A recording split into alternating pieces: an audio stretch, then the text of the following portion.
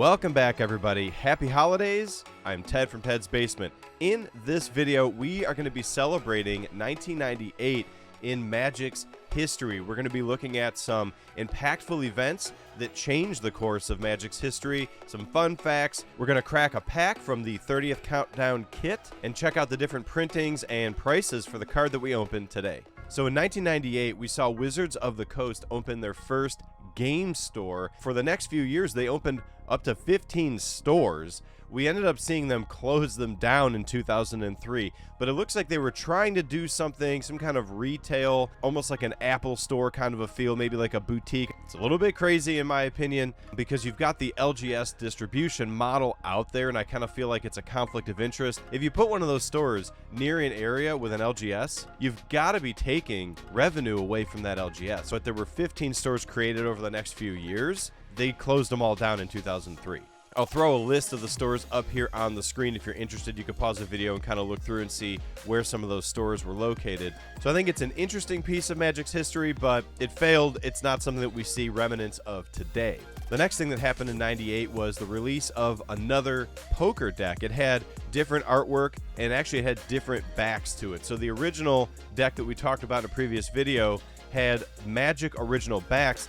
These decks did not have the Magic original backs, so you could look at the back of them and tell right away these are not the original Magic poker decks. Now for my favorite event of 98, it was the release of the very first joke set. It was called Unglued. A lot of you may know about this, some of you may not if you're newer Magic players. This was the first set in a chain of sets that would be fun and wacky, mostly not playable due to breaking the fourth wall and some other crazy mechanics we'll look at here in a minute. We would later call these the unsets. They were Unglued, Unhinged, Unstable, Unsanctioned, and Unfinity. Some of the notable cards I actually have here because I have a full complete set, and here is the first one that comes to mind, the Blacker Lotus. They make you tear the card into pieces in order to use the card. It's obvious why this is not part of a playable tournament legal set of cards. One of the other ones, might be my favorite in the set, required 2 cards to play it and 15 mana to cost it. It was called the BFM Big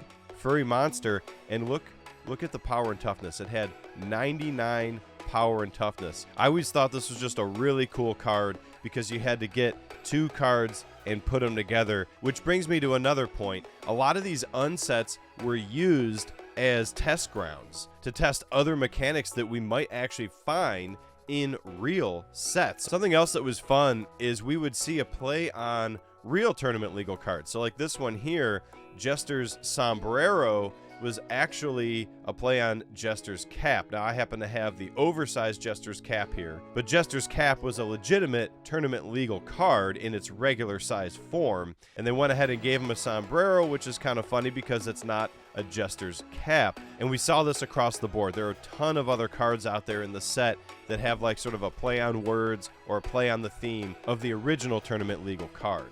All right, it's time to crack our pack. We get a 30% chance at foils for those that are unaware.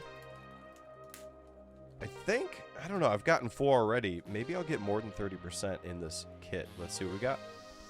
Ooh, we got another foil. I've been doing really well with the foils lately. I've pulled 6 cards and only one of them was a non-foil so far. That's awesome. Beautiful looking Smokestack, by the way.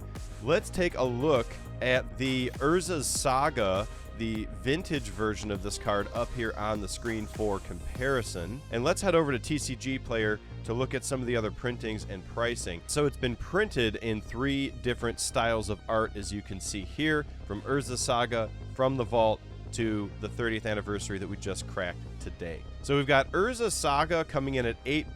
I've seen this thing not even that long ago, over in the $20 area. From the vault was a foil version coming in around $9–10.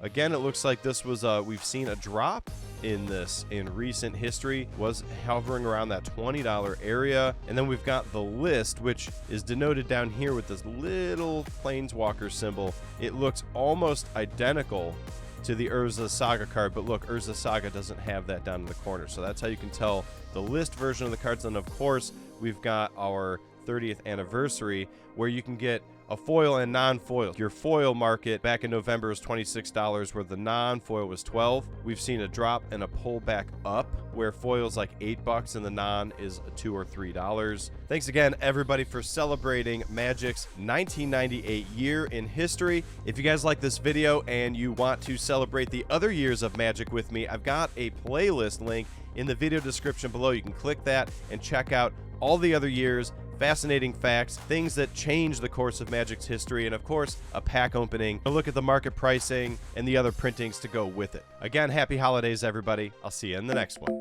Peace.